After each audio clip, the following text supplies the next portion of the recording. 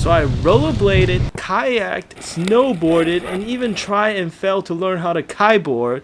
And the one common thread through them all are that they are all sports that translate body movement into locomotion.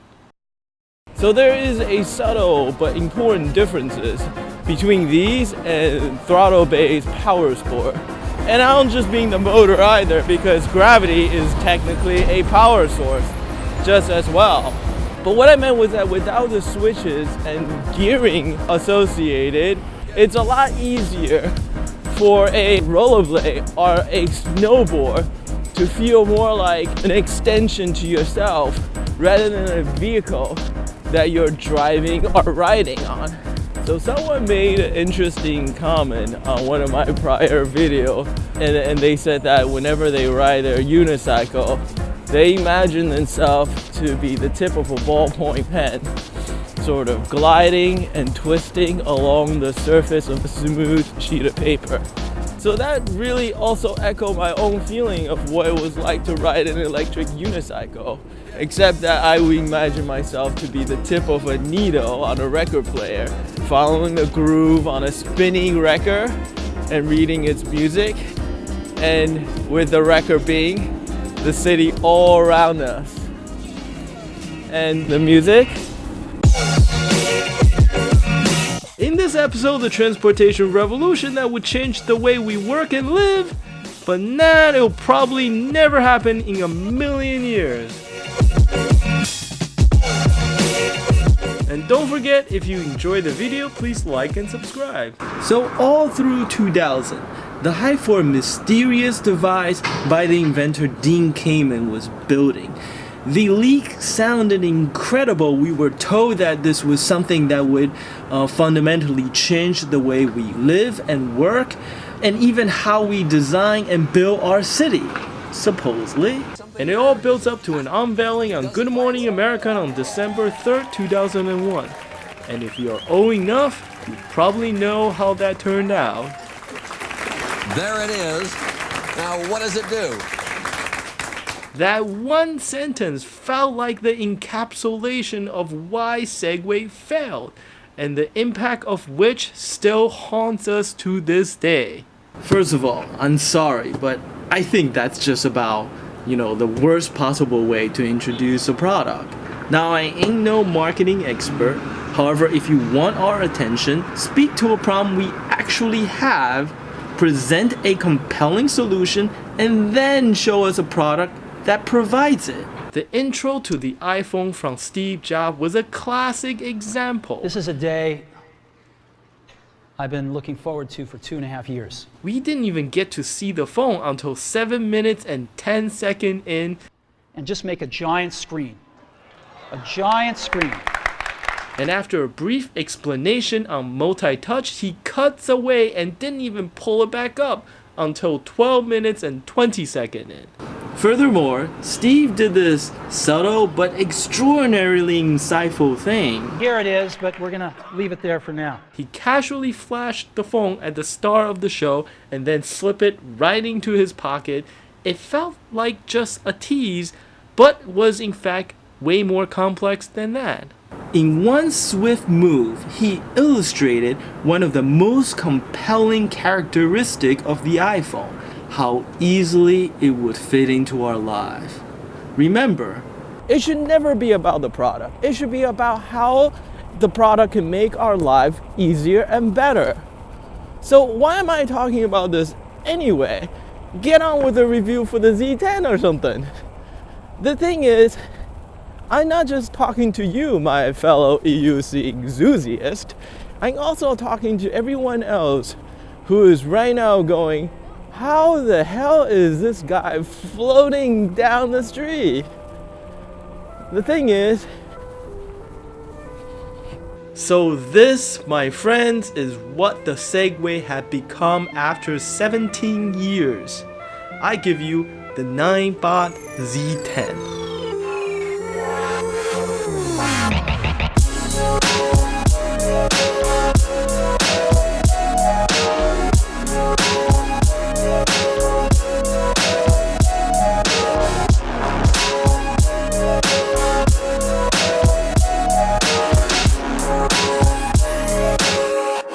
This is like in a kung fu movie when the guy got his village burned, family murdered, and arm chopped off, and then went off to train in the mountain with some martial art hermit for 20 years to return in disguise with the skill to exact revenge.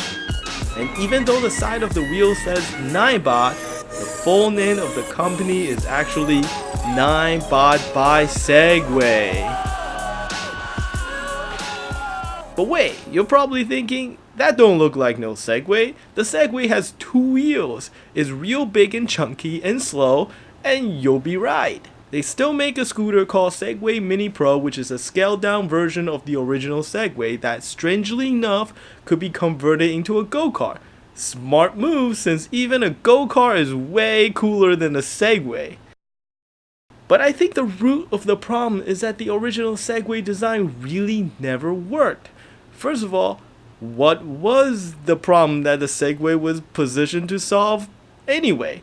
Walking? I can walk just fine. No one except for the laziest slug have ever said, boy am I tired of this walking business. On top of it, I think what really killed the Segway is, gosh, how do I put this delicately? Well, it's stupid looking. There, I said it. Not only is it stupid looking, it makes you look stupid riding it, which is the cardinal sin for any product. The vehicle that Dean Kamen originally set out to invent, an urban transportation device that shrunk distances as well as saved time in an urban environment, should have been light, maneuverable, low profile, and unintimidating. And the original Segway was none of those things. So you claim that the Segway sucks, but what makes that thing you're riding any better? And if it is, why is nobody else riding them? Very likely for the same reason that it just says Ninebot on the side of this wheel. That the shadow of Segway's very public and very dramatic failure in the market still casts a long shadow over the whole industry 17 years later, and it is very possible that we may never recover from it. But does poor marketing really renders even a good product unviable? As in, do you really need Steve Jobs to sell you the iPhone? Well, I don't really know, because again, not a marketing or business person for that matter, but I can tell you all about the Ninebot Z10. I'll start with the negative.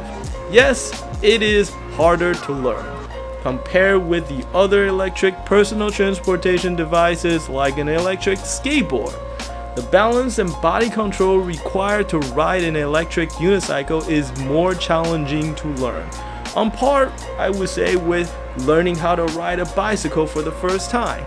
And according to a 2013 survey, there's still 6% of you out there that don't know how. For the 94% of you out there, do you remember the sense of excitement and liberation that accompanied that very first bicycle you got when you were a kid? The 5 miles ride to the Toys R Us on Metropolitan Avenue, which is actually this street right here, for me was like the biggest adventure I have ever gone on as a 15-year-old. And you know, there was that time you fell and skinned your knee, but that didn't stop you, because what that bicycle represented: possibility, friendship, and the ability to explore places that you could never get to if it weren't for that bicycle, and you would not give that up for anything else. It's been many years since I first rolled down the street on that oversized mountain bike, and this wheel bring it all back. Yes, it is harder to learn, but in exchange you get longer range, higher top speed, better maneuverability, larger terrain-proof wheel, and most importantly, you get something that with practice becomes an extension of yourself, since it is controlled with nothing more than your body.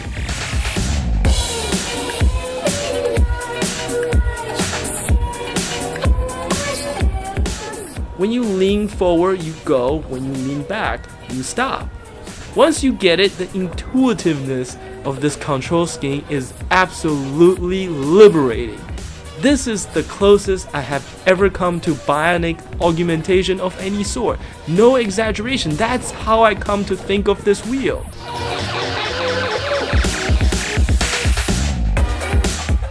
This was the magic behind the original Segway, and what got all those high-profile CEOs excited when Dean came and first gave those private previews while it was still under development.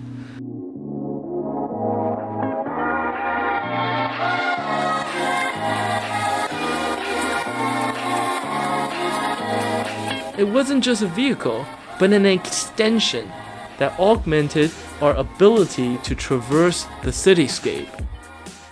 Just as the iPhone had fundamentally changed our relationship to data and information, I really believe that if the Segway mobility concept had caught on, it would have gone way further than just reduced travel time. It would have fundamentally changed our relationship to distance and space itself. Having a smartphone now means instant access to all the data on the web at any time, which means that it is less important to memorize information since any query could be Googled at any time. When was the last time you memorized a phone number? Being able to traverse the world at a higher speed and access a much larger area easily would also similarly change the way we think about and relate to our world in a fundamental way. But just as the development of the mobile web was required to supercharge the smartphone, our environment would also have to change to best leverage this new paradigm of perpetual proximity. But it didn't, and nobody is writing this. And the question is, why? Well, let me tell you about my IPSI 5. So in some way, this wheel is actually an even closer successor to the original Segway than the Ninebot Z10. It doesn't have the performance of the Z10, can't go as fast. However, it's compact. I mean, this thing is less than 2-inch thick and is not much bigger than a suitcase, and it will fit in most regular sized backpack and shopping bag for that matter. And at 15 pounds, it's, not featherweight. However, it is significantly lighter than just about any other electric unicycle out there, and way, lighter than the original Segway, of course. But despite its compactness, it actually, has the performance to match that of the original Segway. It's capable of 14 miles per hour top speed with a 10 to 12 miles range. So you can basically do everything you wanted to do on the original Segway with this little guy, and it only costs $600. It is also designed and produced by a Chinese company that is apparently now defunct. As a matter of fact, all electric unicycles are, including the Segway, which was bought by a Chinese company called Ninebot. There's nothing inherently wrong with any of the electric unicycle on the market. However, none of them have the extra polish when it comes to the thoughtfulness of their design. They are fine to serve the enthusiast market, where hobbyists are willing to overlook problems as long as greater performances is offered. But in the end, they lack the refinement required to ever see mass adaptation that would truly change our world for the better. Which is unfortunate, because riding the Z10, you couldn't help but think, oh my god, we are so close, why wouldn't this catch? But for that to happen, you require an individual with the vision, the resources, and the force of will to bet his entire company on the future. In other words, you don't need Steve Jobs to sell you the iPhone, but you do need him to build it.